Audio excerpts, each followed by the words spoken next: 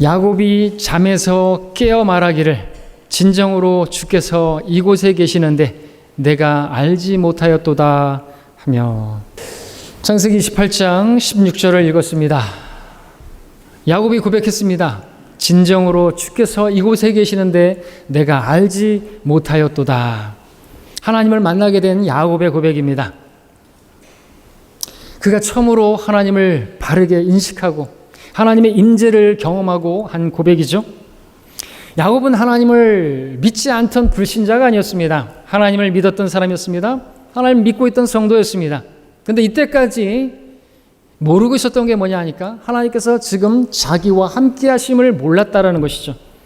하나님께서 이곳에 계신 걸 몰랐던 것입니다. 그런데 주님께서 이곳에 계시구나, 나와 함께 계시는구나, 이것을 알게 된 것이죠. 이전까지는 몰랐어요. 그런데 하나님께서 나와 함께 계시는구나 알게 됐다는 것이죠. 자, 그런데 이와 같은 일이 이때로부터 지금까지 비일비재하게 일어나고 있는 걸 아십니까? 요한복음 1장 10절에 따르면 주님께서 세상에 계셨지만 세상이 그 주님을 알아보지 못했다고 말하고 있습니다. 복음서에 보면 주님께서 성전에 계셨지만 주님을 섬긴다고 하는 그 제사장들이 그 주님을 알아보지 못했습니다. 야곱과 같이 고백하지 못했습니다. 주님께서 여기 계시는데 우리가 알지 못했구나 라고 말하지 못했습니다. 또한 구원받은 성도들이라 하는 사람들도 알지 못했습니다. 고린도 성도들이 알지 못했습니다. 그래서 바울은 말했습니다. 너희가 알지 못하느냐?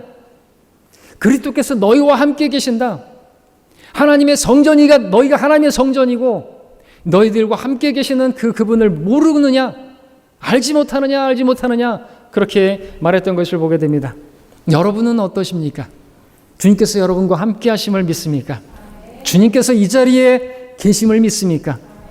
영적으로 둔한 성도들은요, 근데 자신이 하나님께 예배를 드리는 그 예배당에서 예배를 드리는데 하나님께서 이 자리에 계시는지 안 계시는지도 모르고 예배를 드린다고 하는 그런 성도들이 있답니다.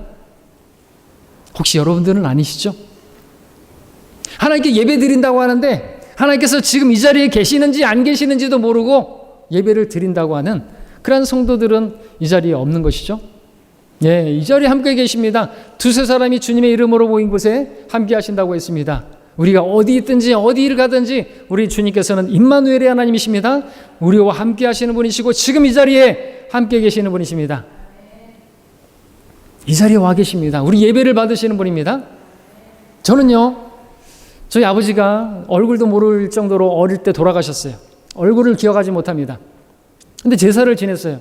제사를 지낼 때 어떤 마음으로 제사를 드렸는지 아십니까? 얼굴도 몰라요. 그런데요, 얘기합니다. 어른들이 문을 열어놓으래요. 왜 문을 열어놔야 되죠? 네 아버지가 들어오셔야 되니까. 정말로 믿었어요. 그래서 문을 열어드렸습니다. 그리고 들어오시라고. 한참 전에 열어놨죠.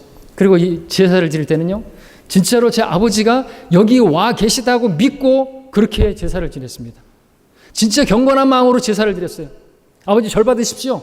그리고 제사를 드렸고, 그리고 제 소원이 뭔지도 얘기하면서 아버지 제가 이러이러하는 건데 아시죠? 받아주시고 잘 형통케 해주시고, 진짜 그렇게 제 아버지께 제사를 지냈습니다. 그렇게 절을 했습니다. 속았죠. 근데 속았어요. 무슨 밥을 먹으러 와요? 제 아버지가 어디 계신지 모르고요.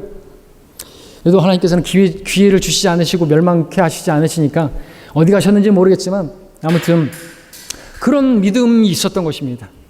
근데 하나님께서 원하시는 게 그 믿음이죠. 제가 그렇게 아무것도 몰랐을 때 그렇게 제사 드릴 때 그 제사처럼 하나님께서 이 자리에 함께 계시다라고 믿으면서 그렇게 예배를 드리기를 원하시는 것이에요. 이 자리에 함께 계시는 주님께서 오늘 여러분 각자를 만나주시기를 원하셔서 이 자리에 함께 계십니다. 이곳에 계시는 하나님을 우리가 만나기를 원합니다. 오늘 많은 사람들이 하나님이 계신지 안 계신지를 놓고 논쟁하고 따지고 그러고 있습니다. 하나님이 계신다고 한다면 도대체 왜 이런 일들이 벌어지는 것인가? 하나님이 계신다고 한다면 어디에 계시는가? 묻고 따지는 것을 보게 됩니다. 미국의 한 거리에 어떤 사람이 길을 가다가 벽에다가 낙서를 했습니다. 하나님은 어디에도 없다. 미국이니까 영어로다가 썼겠죠. God is nowhere. 지나가던 어떤 사람이 거기다가 그 글을 보고는 그 글에서 한 글자만 자리를 이동시켰습니다. 그랬더니 완전히 다른 글이 되어버렸습니다. 그 글은 W의 위치를 No 옆에다가 붙였습니다. 그랬더니 어떻게 되죠? God is now here. 하나님께서 여기 계시다가 된 것이죠. 하나님께서 어디에도 없다. 이게 한 글자를 옆으로 옮겼더니 하나님이 지금 여기 계시다로 바뀐 것입니다. 이처럼 하나님께서 계신가 안 계신가, 그분이 존재하시는가에 대한 그 문제는 참으로 어렵고 복잡한 문제같이 보일지라도 한 글자만 자리를 이동하게 되면 되는 것처럼 그 작은 그 마음을 조금만 옮기면, 마음의 변화만 조금만 있으면 그거는 알 수 있는 문제고 볼 수 있는 문제다라는 것을 알게 되죠. 자, 오늘 야곱은 말씀에서 지금까지 하나님 몰랐던 게 아니에요. 하나님 믿지 않았던 게 아닙니다. 그러나 어떻게 말할 수 있을까요? 욥이 고백했던 것처럼 그동안 귀로만 들었던 그 하나님을 이제 내가 눈으로 보나이다 와 같이 귀로만 들었던 그 하나님을, 부모를 통해서만 들었던 그 하나님을 이제 마치 눈으로 보는 것처럼 그렇게 고백하고 있는 것이죠. 주님이 나와 함께 계셨구나, 이곳에 계시는구나, 눈을 뜨게 된 것이죠. 우리도 마찬가지입니다. 우리 하나님의 자녀들, 교회는 다니고 있지만 하나님께서 나와 함께 계신다는 것을 믿지를 않아요. 그냥 하나님은 멀리 있는 계신 분이에요. 그냥 커튼 속에, 베일 속에 가려진 분이에요. 나와는 전혀 상관없는 분이에요. 그렇게 신앙생활하는 사람들이 많이 있다는 것이죠. 눈뜨게 되기를 원합니다. 그런데 어떤 계기가 필요하겠죠. 야곱과 같은 어떤 계기가 필요하겠죠. 예, 정말로 하나님을, 여러분 저 같은 경우에도 정말 그런 계기들이 있었습니다. 구원받기 전에도 하나님을 정말로 찾을 수밖에 없었던 정말 그 막다른 길들이 있었고, 어떨 때는 절벽에서 떨어지는 그 순간에 하나님을 찾았어요. 떨어지면 죽는다고 그러는데 하나님 도와주시고 살려주시고, 하나님 몰랐는데 그냥 어떤 절대자를 불렀던 것이죠. 근데 밑에 물이 흐르고 있어서 다행히 살고요. 그리고 제가 장비 일하면서도 죽을 뻔한 순간들이 많았는데 그때 저에게 기회를 주시고 누군가가 저를 위해서 기도하시고 구원받을 때까지 그 생명이 끊어지지 않도록 그렇게 붙들어 주셨던 것이죠. 그렇게 했던 것이죠.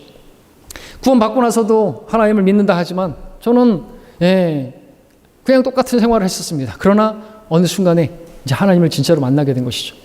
진짜 생생하게 하나님께서 내 곁에 계신 것 같은 그런 기회들이 있었던 것이죠. 다른 거냐? 첫 번째는 하나님 설교 말씀을 통해서 계속해서 듣다 보니까 진짜로 제 죄들이 막 주마등 같이 지나가면서 와, 진짜 내가 죄인이구나, 정말 지옥 갈 수밖에 없는 죄인이구나 하게 되고 눈물이 펑펑 흘리면서 그때 예수님 다시 영접하고 그때 너무나 감사해서 뜨거운 눈물을 흘리고, 근데 그때 진짜 주님께서 제 곁에 계시는 것 같았고요. 네, 또 어떤 때는 이제 수련회 때, 수련회 때 성도들과 교제하는데 와, 정말 신비한 체험이라고 말할 수 있는데 주님께서 바로 옆에 계신 것 같았어요.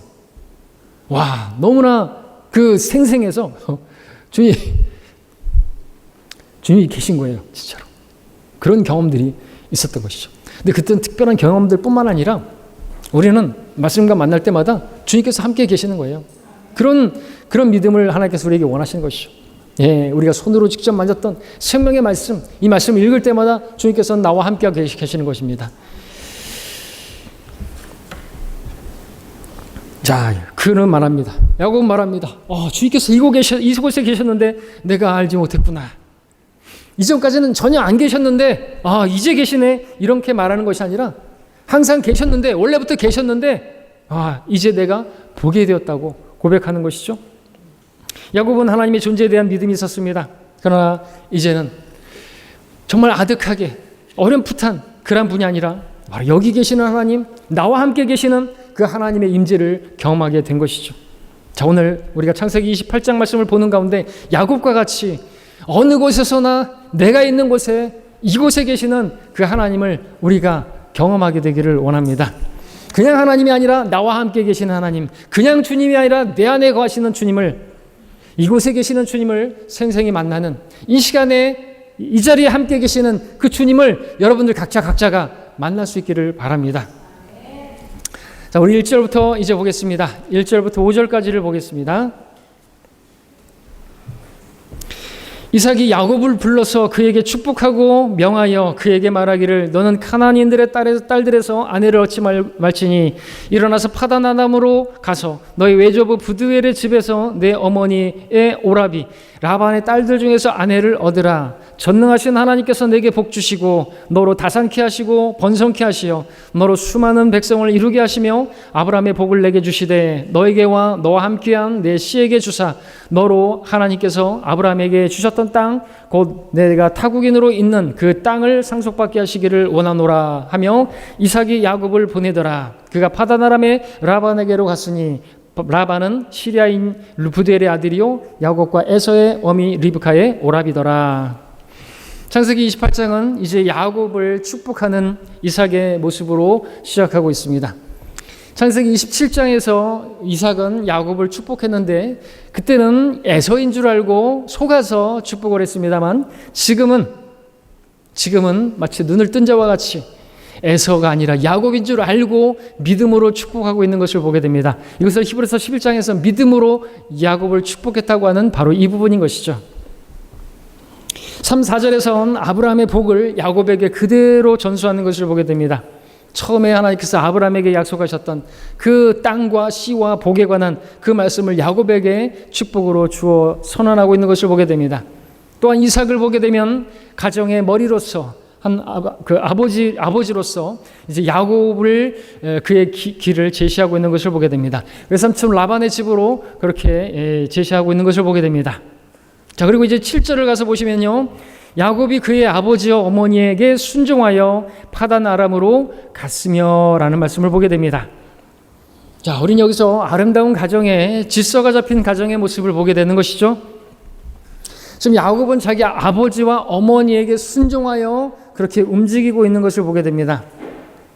자, 이들은 아브라함의 복을 이어받은 복받은 가정이었지만 얼마 전까지 화목하지 못했고 미워하고 속이고 속는 그와 같은 모든 것을 다 빼앗겨버린 정말 질서도 없는 그런 가정이었습니다. 그러나 이 가정이 회복된 것을 우리가 보게 되는 것이죠. 먼저 아버지 이삭은 하나님의 뜻을 붙잡고 이제 하나님께서 말씀하신 대로 야곱을 축복하는 것을 보게 됩니다. 얼마 전까지는 자신의 뜻을 붙잡고 하나님의 뜻을 분별하지 못하는 가운데 육신의 감각에 의지하면서 속임을 당하는 그러한 아버지였지만 이제는 주님의 권위를 가지고 아들을 축복하면서 그 아들의 길을 이제 그 방향을 제시하는 것을 보게 되는 것입니다. 또한 지금 우리는 아버지 이삭과 어머니 리브카의 뜻이 하나로 일치하게 된 것을 보게 되는 것입니다. 얼마 전까지 이들은 서로 대립하고 각자의 그러한 방식대로 서로 다른 방향으로 야곱을 이끌고자 시도했던 것을 보게 되는데 이제는 온전히 일치된 하나된 모습으로 야곱을 축복하고 있는 것을 자녀를 인도하고 있는 것을 보게 되는 것이고요. 또한 우리는 야곱이 바로 아버지와 어머니의 말씀에 순종하여 움직이는 아름다운 모습을 보게 되는 것입니다.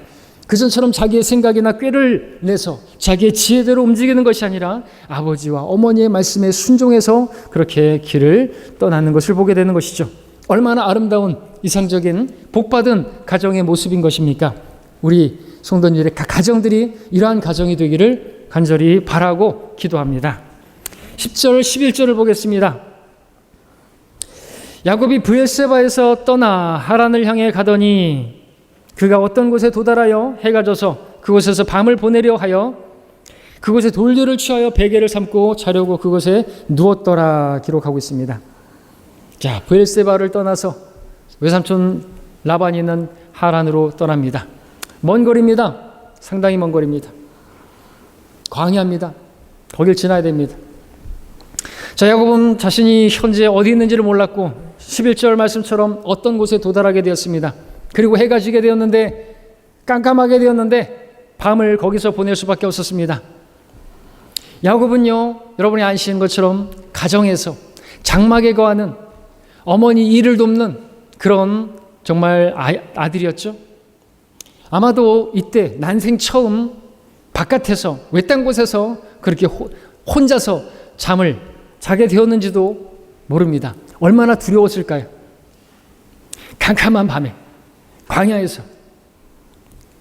자, 그리고 흩어져 있는 돌들을 모아서 베개로 삼고 잠을 자려고 누웠습니다. 편안한 곳이 아니죠. 안락한 집이 아닙니다. 크고 두려운 광야고 메마른 벌판이었습니다. 다만 돌무더기가 널리 흩어져 있는 그런 척박한 땅이었습니다. 언제 강도가 들이닥칠지, 언제 들짐승이 덮칠지 모르는 무척 두려운 곳이었습니다. 럭커먼 목사님께서는 주석서에서 이 야곱이 돌들을 모아서 베개를 만들었다고 했는데, 거기 널려 있는 게 돌들이니까 아마도 들짐승이 오게 되면 그 돌을 던져서 자기를 지키려고 하지 않았겠는가라는 그런 내용을 써놨습니다. 자, 야곱은 하루 종일 긴장하고 오랜 길을 걸었기 때문에 너무나 피곤한 나머지 금세 잠이 들었을 수도 있고요. 반대로 너무 몸은 피곤한데 정신은 또렷해서 많은 생각들이 떠올라서 쉽게 잠이 들지 못하는 그런 상태였을 수도 있습니다. 그럴 만도 하겠죠. 많은 생각이 떠오를 수 있습니다. 한면에서는 야곱은 부모에게 순종하여 집을 떠나왔지만 한면에서는 자기를 죽이려고 하는 형 에서로부터 지금 도피하고 있는 것이요. 한면으로는 새롭게 아버지의 축복을 받았지만 또 한면에서는 그는 속임수로 아버지를 속이고 형 에서의 축복을 빼앗은 것에 대한 마음의 불편함이 있었을 것입니다.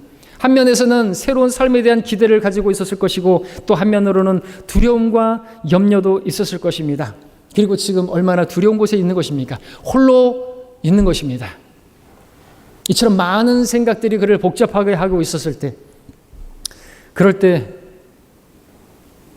무엇이 주어진 것입니까? 하나님께서 그를 만나 주신 것이죠. 우리 여기서 잠시 시편 가서 보고 하는 구절을 보고 오겠습니다. 시편 94편입니다.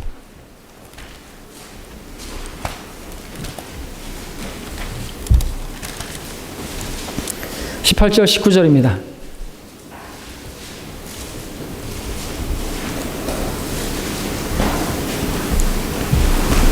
시편 94편 18절 19절 찾으신 줄 알고 제가 읽겠습니다. 내가 말하기를 내 발이 미끄러진다 하였을 때에 오 주여 주의 자비가 나를 붙드셨으니 내 속에 생각이 많은 때에 주의 위로들이 내 혼을 즐겁게 하나이다. 이 고백은 누구의 고백입니까? 자신과 함께 계셨던 주님의 그 자비와 위로를 경험한 한 성도의 고백인 것이죠. 그는 이때 언제였던 것입니까? 실족할 만한, 발이 미끄러져서 실족할 만한 그러한 상태였던 것이죠. 근데 바로 그때 주님께서, 그곳에 계신 주님께서 자비를 베푸셔서 주의 자비가 그를 붙드셨다고 말씀하고 있습니다. 야, 너 도대체 내가 너를 어떻게 인도했는데 지금 미끄러지고 실족할 만한 예라이 이렇게 하시는 것이 아니라 그럴 만한 때 그를 위로하셨다고, 그 위로로 그가 실족하지 않도록 미끄러지지 않도록 붙들어 주셨다고 그렇게 말씀하고 그렇게 고백하고 있는 것이죠. 또 내 속에 생각이 많은 때에 주의 위로들이 내 혼을 즐겁게 하나이다 라고 말하고 있는 것입니다.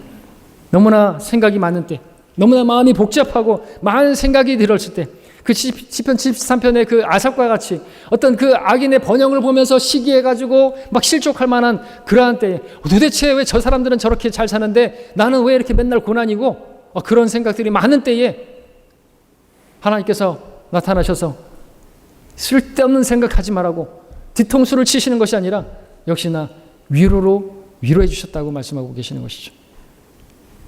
그리고 그에게 즐거움을 주시는 분이었다고 고백하고 있는 것입니다. 예, 우리 하나님은 이러한 분이십니다. 상한 갈대를 꺾지 않으시는 분이시고 연기나는 심지를 끄지 않으시는 분이시고, 야곱이 그렇게 찬탈하고 그렇게 도망하고 그렇게 정말 자격 없는 자이고 속이는 자이고 하지만 정말 많은 생각들 가운데서 쉽게 잠을 못 이루고 있을 때 아마도 이 시편 기자와 같이 주님께서 다가오셔서 그를 위로해 주지 않으셨겠습니까? 아닌 게 아니라 우리 성경을 보니까 주님께서 나타나셔서 그 약속을 주시면서 위로해 주시는 것을 보지 않습니까?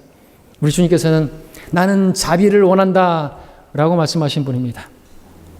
우리 주님께서 이러한 분이십니다. 이러한 주님을 우리도 더 알기 원하고 주님께 더 가까이 나아가기를 원합니다. 이제 다시 본문으로 가서 12절부터 15절까지를 보겠습니다. 창세기 28장 12절로 15절까지.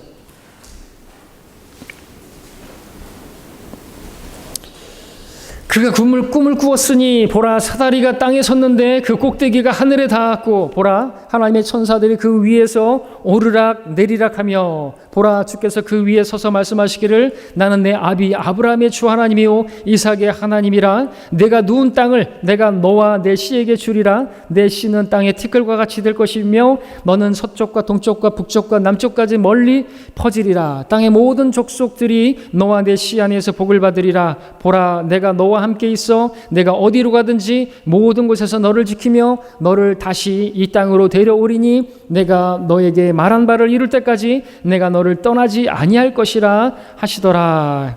예, 이렇게 말씀하시면 얼마나 위로가 되겠습니까?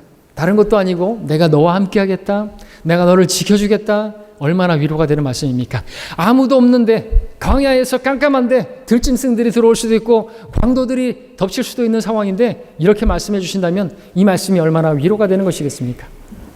자, 야곱은 어느덧 피곤하고 정신이 또렷해도 생각이 많아서 잠을 못 이룰지 모르겠지만 어느새 잠이 들었고 피곤하면 또 꿈을 꾸는데 그 때문은 아니겠지만 꿈은 많은 일 때문에 난다라고 하지만 꿈을 꾸게 되었습니다.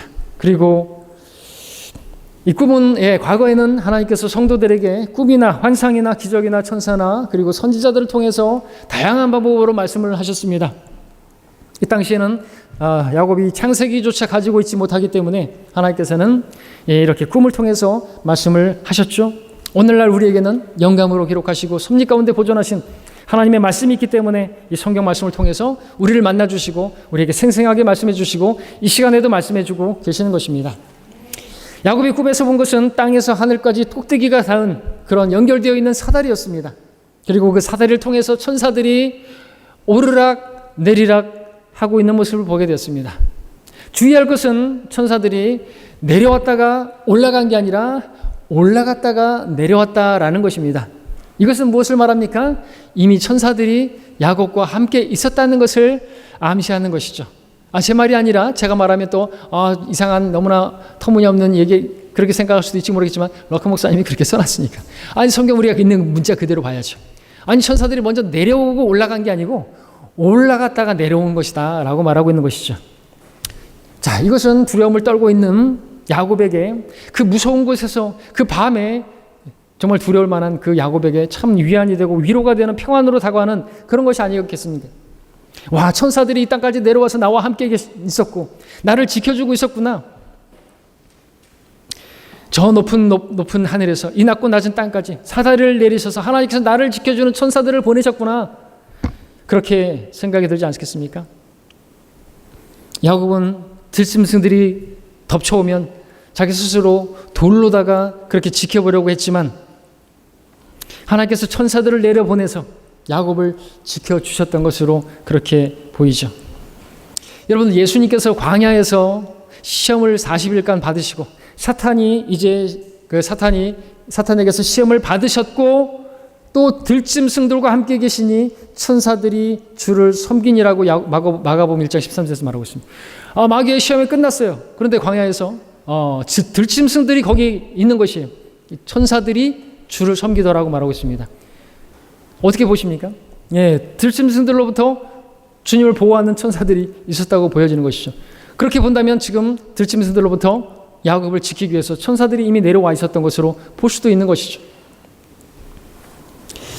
자, 이 사다리는 무엇을 보여줍니까? 외로움과 두려움에 떨고 있는 야곱에게 위로와 평안을 줄 수 있는 그런 것으로 보인다면 또한 이 땅의 죄인들, 이 땅에서 외로움과 두려움에 떨고 있는 죄인들이 그 죄인들과 하늘의 하나님을 이어주는 유일한 중보자가 되시는 예수 그리스도를 보여주는 것이죠. 예수님께서 우리의 유일한 사다리가 되실 수 있는 이유는 그분이 참 하나님이시고 또 참 사람이시기 때문에 그렇습니다. 거룩하신 하나님이시면서 또 인간을 불쌍히 여기시는 그러나 참 인간으로 이 땅에서 사셨던 그 주님께서 유일한 중보자가 되실 수가 있는 것입니다. 친히 오셔서 우리 연약함을 담당하시고 우리 죄들을 담당하시고 그분의 피로 우리 죄들을 깨끗하게 하셔서 죄인인 우리와 거룩하신 하나님을 하나로 연결시켜 주신 분이십니다. 야곱에게 이 사다리가 위로와 안식이 되었던 것처럼 우리 주 예수님께서는 우리에게 구원과 평안이 되어주시는 분이십니다. 하나님께서 야곱에게 사다리를 보여주시고 천사들을 통해서 지켜주신 이유, 야곱에게 어떤 자격이 있었습니까? 그렇지 않습니다. 야곱은 전혀 자격이 없는 사람들입니다. 그는 속이는 자였습니다. 거짓말하는 자였습니다. 아비를 속이는 자였습니다. 도망자였습니다. 아무런 자격이 없는 자였습니다. 그럼에도 하나님께서 그에게를 자비를 베푸시고 그를 위로해 주시고 약속의 말씀을 주셨는데 그것은 하나님께서 아브라함에게 약속하신 그 말씀을 신실하게 이행하시기 위해서였던 것이죠. 그처럼 오늘 저와 여러분들 어떻습니까? 우리가 하나님의 복을 받을 만한 자격 있는 자들입니까? 주님께서 우리와 항상 함께 하시고 우리를 지켜주시는 그 분이신데 우리 그러한 자격이 있어서 우리가 뭐 믿음이 좋아서 우리가 무슨 대단한 어떤 자격이 있어서 그렇게 해주시는 분입니까? 아닌 것입니다. 다만 주님께서 우리에게 약속하셨기 때문에 그렇죠. 보라, 세상 끝까지 내가 너희와 항상 함께 있으리라. 내가 너를 떠나지도 않고 너를 버리지도 아니하리라 말씀하신 그 약속을 우리 주님께서는 신실하게 지키시는 분이라 오늘 저와 여러분과 함께하고 계시고 우리를 인도하고 계시는 것입니다.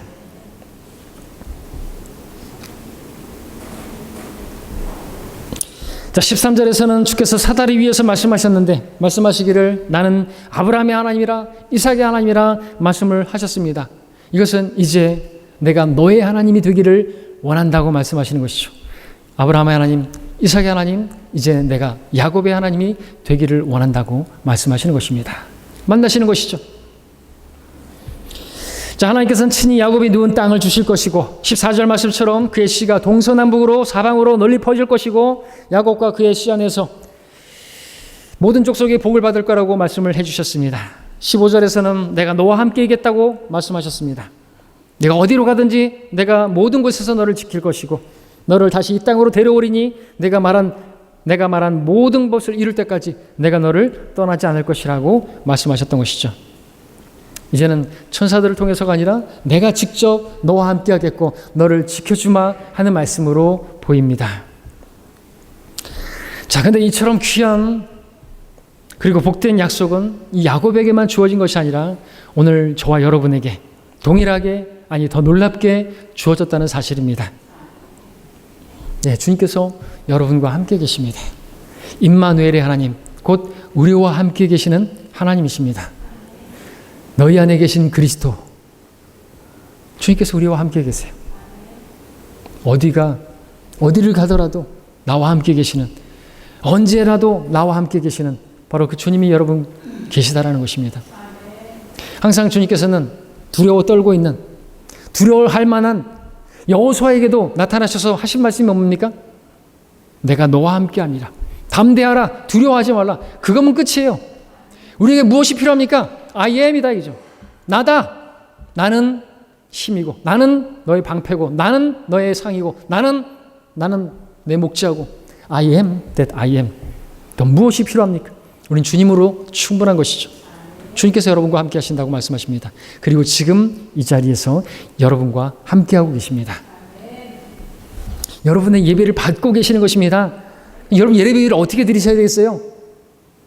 어떻게 예배를 드리셔야 되겠습니까? 마음이 딴 데가 있고 콩팥에 가 있고 딴 생각하고 있고 그렇게 예배를 드리면 안 되겠죠. 우리 생각과 마음을 기도하신 것처럼 우리 생각을 꿰뚫어 보고 계시는 우리 마음과 동기를 다 알고 계시는 분이신 것입니다. 그죠? 예, 선한 양심으로 순수한 마음으로 그렇게 하나님의 임재를 우리가 믿으면서 이 자리에 함께 하심을 믿으면서 눈을 똑바로 뜨고 예배를 드려야 되겠죠. 그렇습니다. 자, 주님께서는 야곱에게 하신 말씀처럼 우리와 항상 함께하고 계신다고 말씀하고 있습니다. 이 자리에 계십니다. 야곱이 광야에서 돌배를 베고 누웠을 때 주님께서 거기에 함께 하셨습니다. 이미 거기에 함께 계셨습니다. 다니엘의 세 친구가 용광로에 던져졌을 때 거기에 하나님의 아들께서 함께하고 계셨습니다. 바울이 배를 타고 폭풍을 만나게 됐을 때 그 순간에 주님께서 함께하고 계셨습니다. 우리가 어려운 순간에 메마르고 힘든 순간에 그런 시간을 보내고 있을 때 여러분들 눈을 들어서가 아니라 눈을 떠서 여러분 곁에 계시는 이곳에 계시는 주님을 바라보시기를 바랍니다. 이스라엘 백성들은 광야에서 메마른 그 광야에서 물이 없는 상황에 놓였을 때 주께서 우리 가운데 계신가 안 계신가 하면서 불평했지만 주님께서는 거기 계셨습니다. 모세가 지팡이로 반석을 내리쳤을 때 물이 나왔는데 거기서 주님께서 하신 것이죠. 주님께서 계신가 안 계신가? 계셨습니다. 다 보고 계셨습니다. 그러니까 우리가 불평할 것이 아니라 메마르고 여러분의 삶이 고달프고 어려운 상황이 그때 주님께서 계시면 왜 나에게 이런 일이가 아니라 God is nowhere가 아니라 God is now here. 바로 거기 계시는 주님을 바라볼 수 있기를 바라는 것입니다. 그럴 때일수록 여러분들 메마르다고 광야라고 해서 아무도 없다고 생각할 만한 야곱의 때에 하나님께서 만나주시고 계시잖아요. 우리에게 뭘 보여주십니까? 그때 주님께서 더더욱 여러분이 만날 수 있고 여러분이 이곳에 계시는 주님, 나와 함께 계시는 주님을 여러분이 만날 수 있게 하시려고 그런 고난도 아무도 없는 아무것도 의지할 것도 없고 정말 어려운 그런 상황들을 만나게 해주셨을 때 그때가 주님을 만날 때라는 것이죠. 그때가. 자, 우리 16절부터 19절까지 보겠습니다. 야곱이 잠에서 깨어 말하기를 진정으로 주께서 이곳에 계시는데 내가 알지 못하였도다 하며 그가 두려워하며 말하기를 이곳이 얼마나 무서운 곳인가 이곳은 다름 아닌 바로 하나님의 전이니 이곳은 하늘의 문이라 하였더라. 야곱이 아침에 일찍 일어나서 자기가 베개로 삼았던 그 돌을 들어 기둥으로 세우고 그 위에다 기름을 붓고 그곳의 이름을 베델이라 불렀더니 그 성읍의 이름이 처음에는 루스라고 불렀더라. 이제 루스가 베델이 된 것이죠.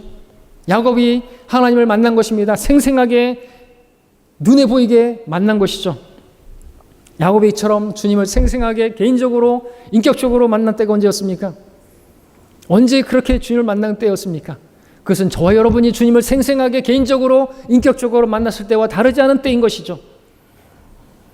빛이 안 보일 때, 캄캄할 때, 어둠만이 드려져 있을 때, 고통과 슬픔의 커튼이 드려져 있을 때, 죽음과 질병과 파산과 같은 절망적인 상황에 처했을 때, 두려움이 엄습했을 때, 그때 하나님을 실제로 만나게 되는 경험을 하지 않습니까?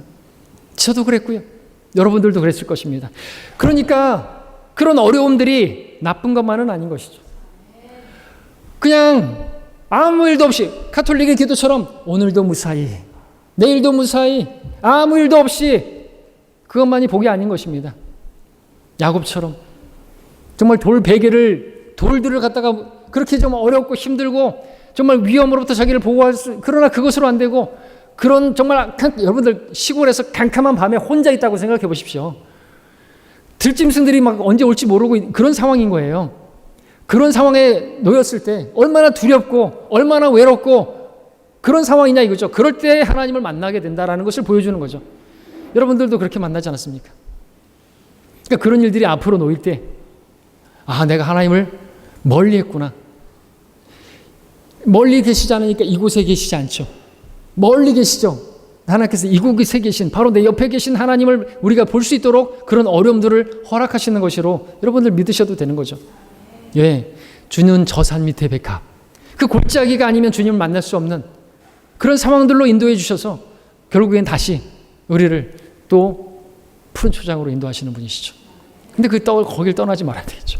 푸른 초장을, 잔잔한 물가를 떠나지 말아야 되겠죠. 양무리를 떠나지 말아야 되겠죠. 자, 이제 야곱은 혼자가 아니라 주님께서 자기와 함께 계심을 알게 되었습니다. 주님과 함께 계신다는 사실을 자기가 어디를 가든지 자기가 무슨 일을 하든지 무슨 말을 하든지 주님께서 여기 계시다라고 믿었다라고 한다면 지금처럼 믿었다고 한다면 그렇게 속이고 거짓말하고 그렇게 자기의 꼼수를 부리고 그러지 않았겠지만 자, 야곱은 11절 말씀처럼 단지 어떤 곳이 아니라 17절 말씀처럼 이것이 바로 하나님의 전이고 하늘의 문이라는 것을 알게 되었습니다. 그래야 야곱은 일찍 일어나서 베개로 삼았던 돌들을 들어다가 기둥을 세우고 거기다 기름을 붓고 그곳의 이름을 하나님의 전이라는 베델이라고 이름을 지었습니다. 베델은 야곱이 하나님을 처음으로 만난 장소였습니다. 그러나 하나님께서는 베델이라고 하는 그 장소에만 제한적으로 계시는 분이 아닌 것을 몰랐던 것이죠. 나중에는 뭐라고 하죠? 엘 베델이라 하죠.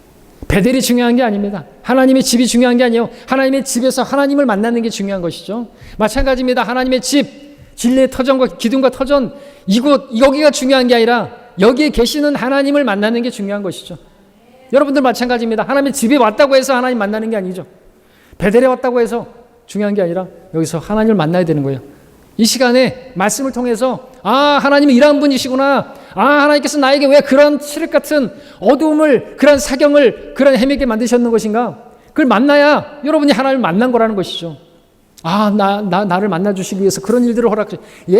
하나님을 사랑하는 자들에게는, 그분의 목적에 따라 부르심을 받은 자들에게는 모든 일이 합력하여 선을 이루시기 때문에 그 선을 그렇게 나와 함께 계시는 주님을 만나게 하시려고 그렇게 여러분들에게 이모저모 다 사용하시는 것을 여러분들이 믿으시기를 바랍니다.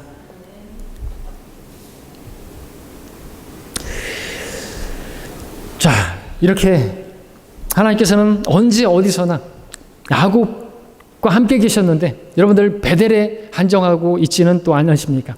하나님께서 우리가 가정에 있을 때, 여러분이 학교에 있을 때, 여러분 직장에 있을 때 그 어느 곳에서나 주님께서 여러분과 동행하고 계십니다. 여러분 안에 계시기 때문에 그렇죠. 우리는 언제든지 그분을, 그 임재를 경험할 수가 있는 것입니다. 나와 함께 하시고 내 안에 거하시고 어느 곳에서나 이곳에 계시는 그 주님을 우리가 어디를 가더라도 무슨 일을 만나더라도 기억할 수 있기를 바랍니다. 그분을 더욱더 가까이 하기를 바랍니다. 20절 22절을 읽겠습니다. 20절부터 22절.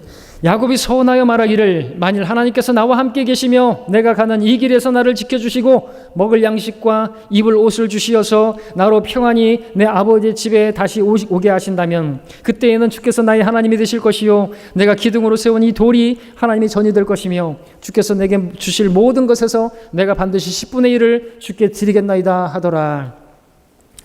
자, 처음으로 이제 하나님을 만나게 된 야곱이 이렇게 하나님께 반응을 했습니다. 만일 하나님께서 나와 함께 계신다면, 나를 지켜주신다면 내 아버지 집에 다시 돌아올 수 있도록 그때까지 나를 보호해 주신다라고 한다면 나를 지켜주셔요. 나에게 먹을 걸 주시고요, 나에게 입을 것을 주시고요, 그래요, 아버지 집에 다시 돌아올 동안 나를 지켜주세요.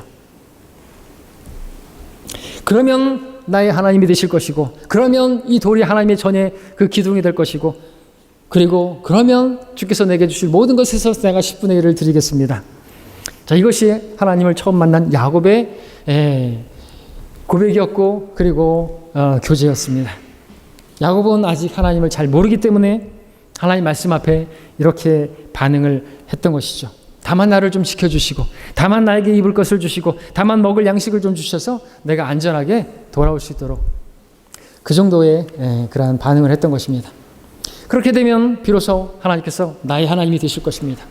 또 그렇게 해주시면 이 돌을 하나님의 전으로 그렇게 집으로 세우고 하나님께 11조를 드리겠습니다.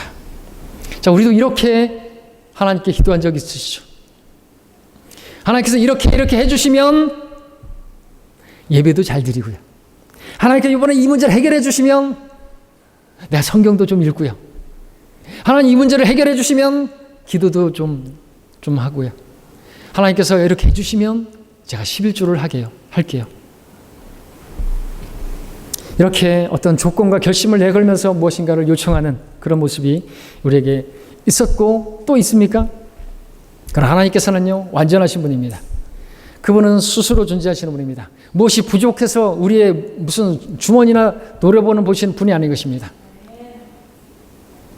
부족함이 없는 모든 것을 가지고 계신 부유하신 분이십니다. 그러한 분이시기에 하나님께서 야곱이 하나님을 자기 하나님으로 삼든지, 혹은 야곱이 하나님의 집을 지어 드리든지, 모든 것을 11조를 드리든지 그 어떤 유익이나 손해나 조금도 영향을 받지 않으시는 분이신 것이죠. 하나님께서는 모든 것으로부터 초월해 계시는 만유의 주제가 되시는 하나님이십니다. 하나님께서는 사람의 손을 통해서 섬김을 받으시는, 그 섬김을 필요로 하시는 분이 아니라 오히려 만물을, 호흡을, 생명을 우리에게 주시고 더 풍성히 주시기를 원하시는 그러한 우리 주님이십니다.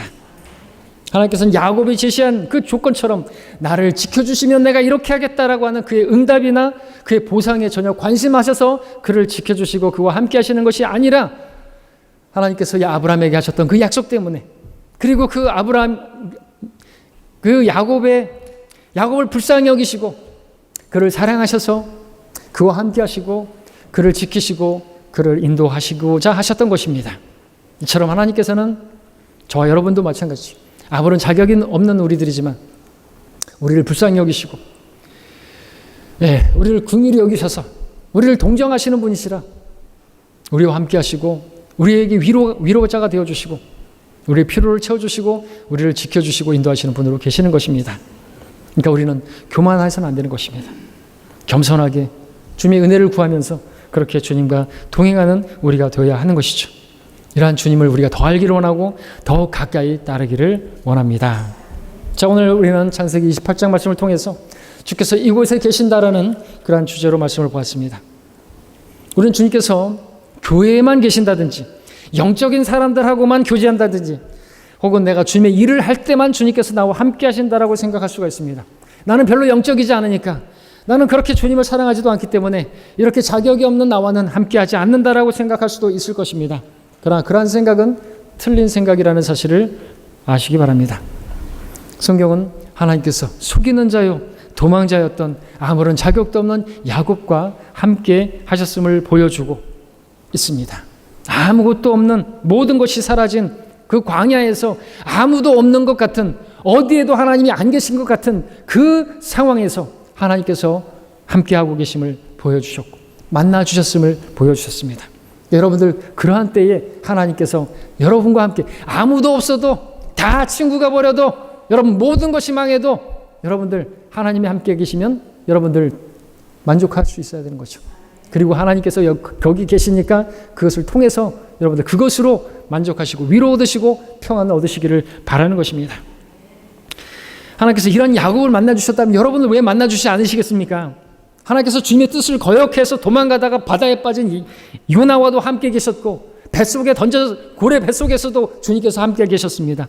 주님께서는 겟세마네 동산에서 졸음을 이기지 못하고 자빠져 자던 제자들과도 함께 계셨고, 부활 이후에 망연자실에서 바다에다가 그물이나 던지던 그 제자들과도 함께 계셨습니다. 주님께서는 멀리 계신 분이 아니라 가까이 계신 분입니다. 이곳에 계신 분이십니다.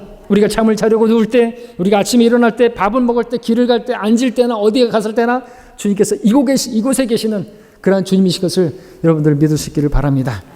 제가 제사를 지낼 때 그렇게 아버지가 여기 계시다라고 믿은 것처럼 그 믿음만 있더라면 정말 경건하게 살 텐데 하는 생각을 제가 설교 준비하면서 생각해 봤습니다. 그 믿음으로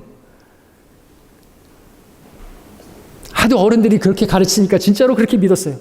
믿음은 들음에서, 들음은 어른들의 말씀에 의해서 그렇게 믿었어요. 정말로. 근데 그 믿음을 주님께서 원하시는 거예요. 하나님 말씀을 통해서 오늘 여러분에게 말씀하십니다. 내가 너와 함께한다. 내가 너를 떠나지 않는다. 보라, 세상 끝까지 내가 너와 함께하리라 말씀하고 계시는 것입니다. 매 순간 나와 함께 계시는 주님께서, 내 안에 살아계시는, 여러분 안에 살아계시는 그 주님을 여러분들이 바라보시면서 동행할 수 있기를 바랍니다. 우리 어떤 모습과 어떤 자격과 상관없이 우리에게 늘 자비와 은혜로 함께 하시는 그 주님을 찬양하시면서, 그분을 사랑하시면서 더욱더 그분을 가까이 하시는, 그리고 옆에 주신 형제 자매들을 동일하게 불쌍히 여기시면서 그렇게 자비와 은혜로 그들을 대하면서 주님과 그렇게 동행하시는 우리 모두가 되시기를 바랍니다.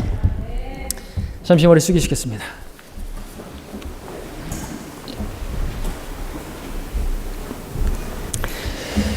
이 시간 우리 하나님께서 말씀을 통해 우리에게 말씀해 주셨습니다. 이곳에 계신 하나님, 바로 여기에 계신 하나님, 나와 함께 계시는 하나님. 우리는 많은 경우 원망할 때가 있습니다. 주님, 왜 이런 환경에 나를 주셨습니까? 캄캄합니다. 아무것도 없습니다. 주님, 나를 대적하는 사람들이 많습니다. 너무나 지금 마음이 외롭고 너무나 힘듭니다. 그럴 때 우리는 쉽게 생각할 수 있습니다. 하나님은 없다고, 나와 함께하지 않으니까 이렇게 된 거라고. 아니라는 것이죠. 주님께서 오늘 그것을 보여주십니다. 야곱이 그와 같은 때에 주님께서 나타나셨고 자격 없는 그를 만나주셨습니다. 그렇다면 우리를 왜 안 만나주시겠고, 또 그러한 때에 그 순간에 주님께서 함께 계신다는 사실을 우리 주님을 바라보라고, 우리의 믿음의 창시자의 완성자이신 주님께서 멀리 계시지 않으시고 바로 나와 함께 계시는 그러한 분이시다라고 우리에게 말씀해 주고 계시는 것입니다. 그러므로 그 주님을 바라보시고 그 주님과 동행하심으로 말미암아 주님 주시는 위로와 평안과 그 자유함으로 주님을 그렇게 섬기시고 여러분 회복하시기를 바라고요. 일어나시기를 바랍니다.